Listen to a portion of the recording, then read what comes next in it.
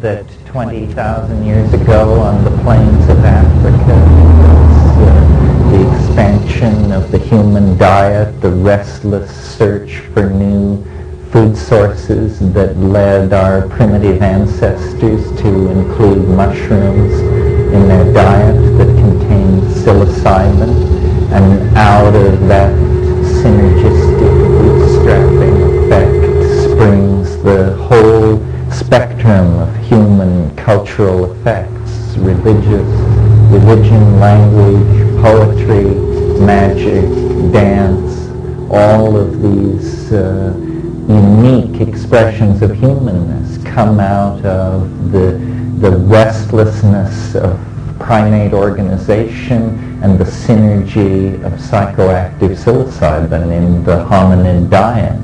This is the real missing link. This is the real key to what the factors were that called us forth into humanness.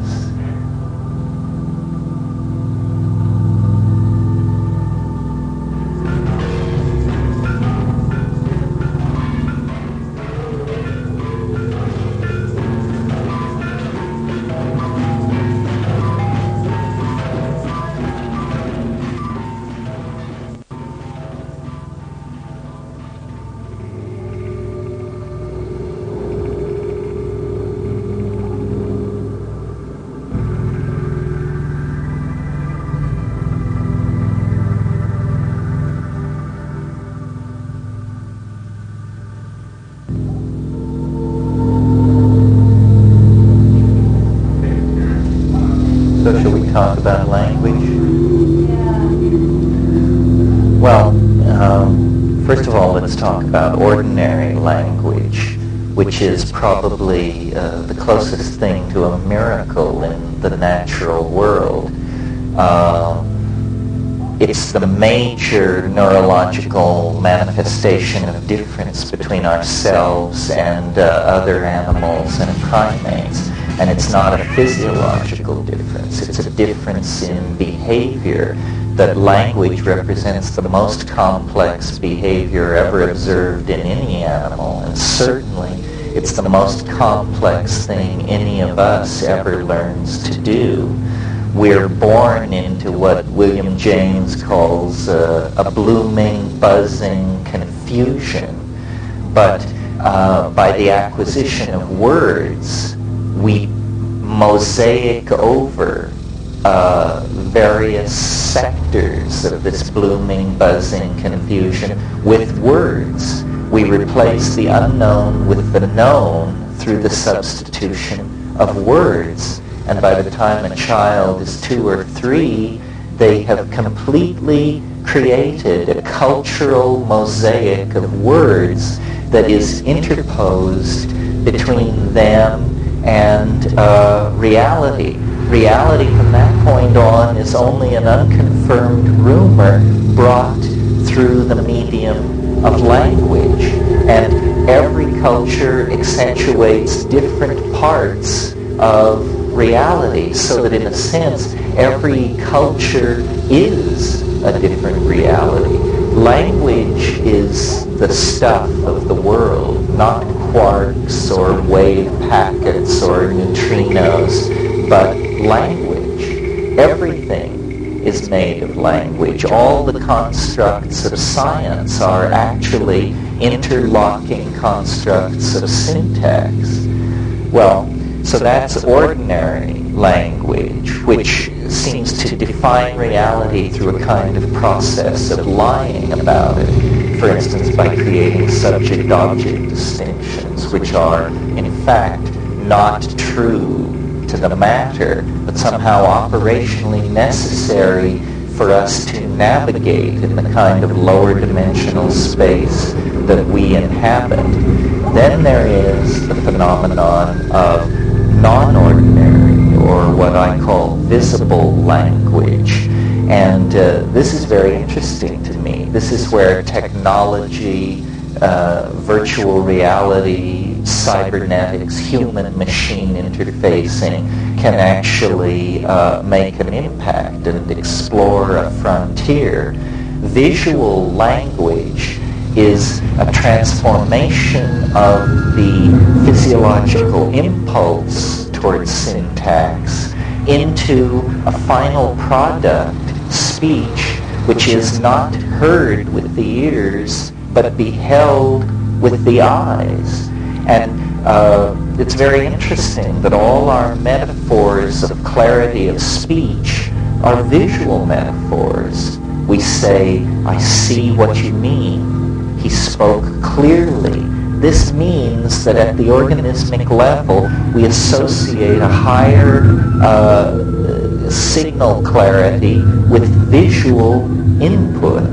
And on DMT and other tryptamine psychedelics, you actually experience the field of language, both heard and self-generated, as something that is visibly beheld.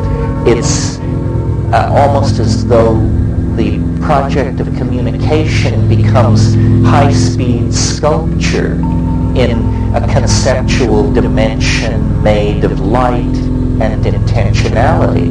Well, this would remain a kind of esoteric performance on the part of shamans at the height of intoxication if it were not for the fact that electronics and electronic cultural media and computers make it possible for us to actually create records of these higher linguistic modalities. In other words, it's possible to imagine a virtual reality that was driven by a speech-operated synthesizer where the various parts of ordinary speech, adjectives, modifiers, subjects, and objects, were interpreted by the cybernetic environment as topological manifolds of various shapes, so that speech would then generate a visibly beheld topology.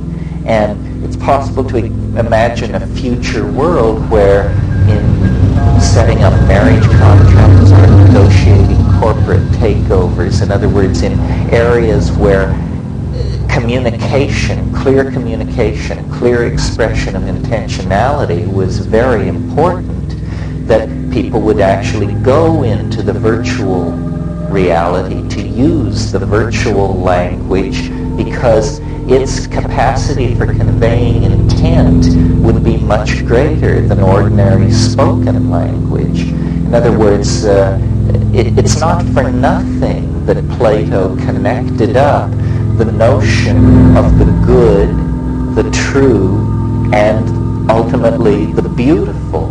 And the beautiful of those three concepts is the primary concept because it is visibly beheld, because it is seen. This is the great convincing power of the psychedelic experience, that it ultimately appeals to us through the sense that we value most, that we existentially relate to as the most authentic, and that is the visual. Visible language is a kind of telepathy, because you see, if I make a statement in visual language and then you and I regard my statement, we are somehow in the act of regarding made one, because meaning is not being created out of interiorized dictionaries, which we each consult in the privacy of our own mind, but rather meaning is a visible manifold in the public domain. Meaning goes public, and the differences between people then decline toward being insignificant. It's a kind of a final confirmation of the McLuhan apotheosis. And I think visible language is coming. Life in the imagination is to be the life of creativity carried on through these virtual environments driven by linguistic engines.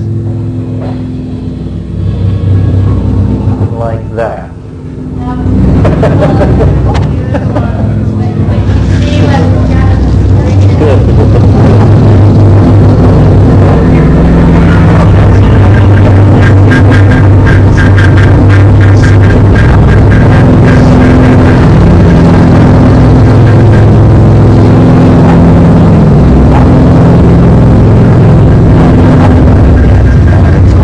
Standard rap, but that starships of the future. In other words, the vehicles of the future which will explore the high frontier of the unknown will be syntactical vehicles, and the engineers of the future will be poets.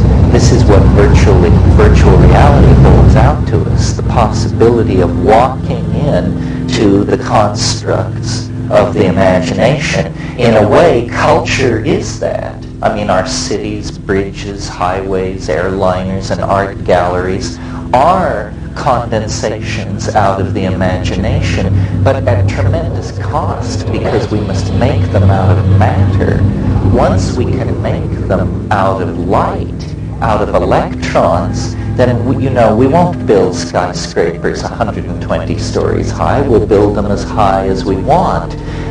Roof height will no longer be a factor ruled by cost effectiveness and gravity. It will be a parameter ruled by the imagination, as will all other parameters. And then we will discover what man truly is when we are able to erect, stabilize, share, and explore our dreams in a kind of virtual hyperspace that, carefully analyzed, is seen to be linguistic. That's what its connectors are made out of. That's what its ferroconcrete and steel is the edifice of language. This is what the stuff of the imagination is made of. And I think this is what we're moving toward. The psychedelic shamans have always known this. Now the psychedelic underground art community points toward this goal and leads the way.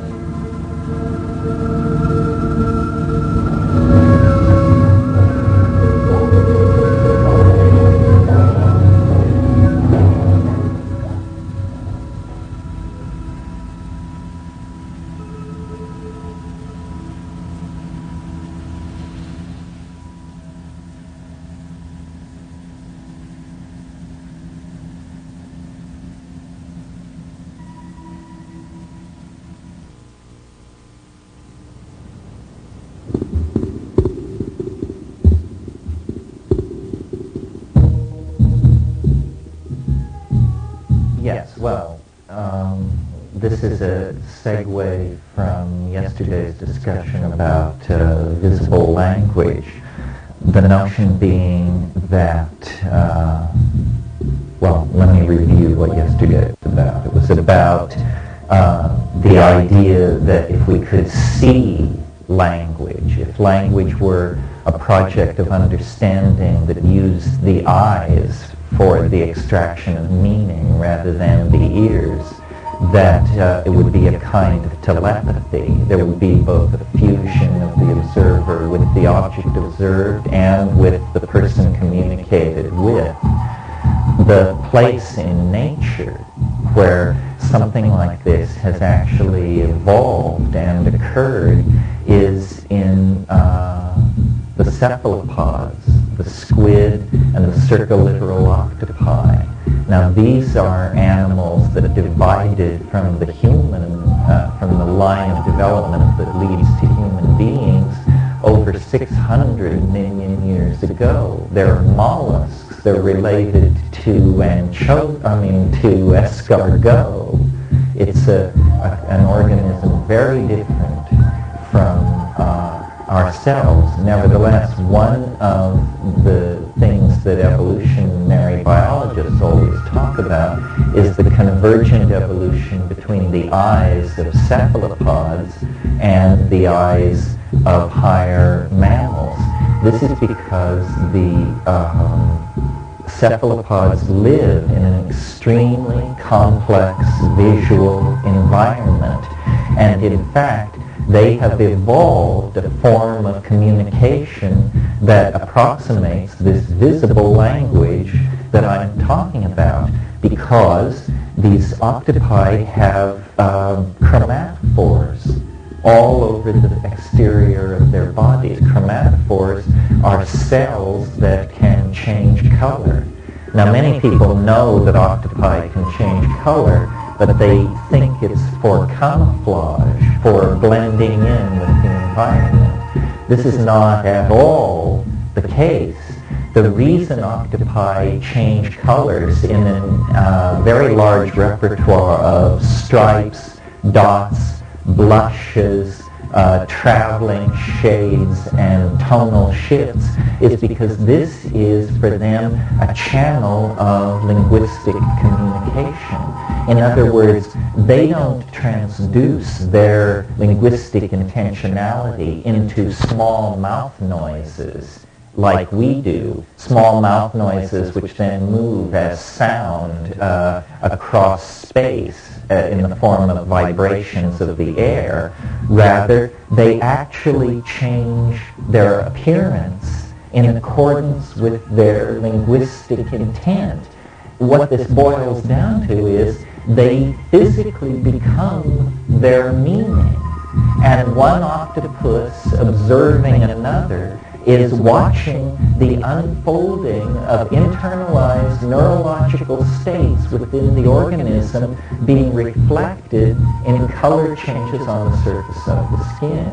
Now, these octopi not only can change their color, because they're soft-bodied creatures, they can also change the texture of their surface from smooth to rugose and folded. They can also, because they are soft-bodied, fold and unfold and reveal and conceal very rapidly different parts of their body. So they're capable of a visual dance of communication that is an extremely dense kind of visual signal. And in the so-called benthic octopi, the species that have evolved in very deep water where very little light reaches, they have evolved light-emitting phosphorescent organs, some of them with membranes like eyelids over them, so that even in the darkness of the abyssal depth of the ocean, they can carry out this dance of light, self-enfoldment, color change, and surface texture that is their linguistic style. In fact, the only way an octopus can experience a private thought is to release a cloud of ink into the water into which it can retreat briefly and hide its mental nakedness from its followers. This kind of biologically intrinsic wiring into the potential of language is something that we may be able to mimic and achieve using psychedelic drugs as the inspiration for the directions given to a virtual reality development program. In other words, we might be able to create kinds of visibly beheld syntax that would be the human equivalent of the dance of light, texture, and positioning that constitutes the grammar and syntax of squids and octopi.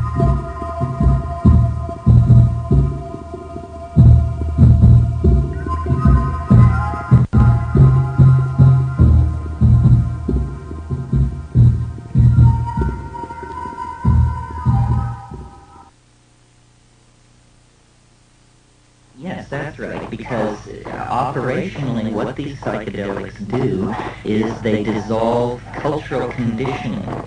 Cultural conditioning is like software, but beneath the software is the hardware of brain and organism. And by dissolving the cultural conditioning to speak English, German, Swahili, or whatever, then one returns to this Ursprach, this primal language of the animal body, and can explore the real dimension of feeling that culture has a tendency to cut us off from. Culture replaces authentic feeling with words. As an example of this, imagine an infant lying in its cradle and the window is open, and into the room comes something marvelous, mysterious, glittering, shedding light of many colors, movement, sound, a transformative hierophany of integrated perception, and the child is enthralled. And then the mother comes into the room, and she says to the child, "That's a bird, baby, that's a bird." Instantly, the complex wave of the angel, peacock, iridescent, transformative mystery is collapsed into the word. All mystery is gone. The child learns, this is a bird, this is a bird. And by the time we're 5 or 6 years old, all the mystery of reality has been carefully tiled over with words. This is a bird, this is a house, this is the sky, and we seal ourselves within a linguistic shell of disempowered perception. And what the psychedelics do is they burst apart this cultural envelope of confinement and return us really to the legacy and birthright of the organism.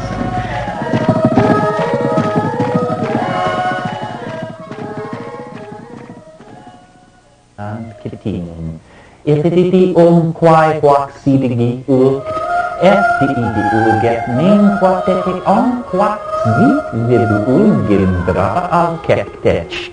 Ningol begagan kekt quae patapahaquagan dolgimi hulque papahacantac.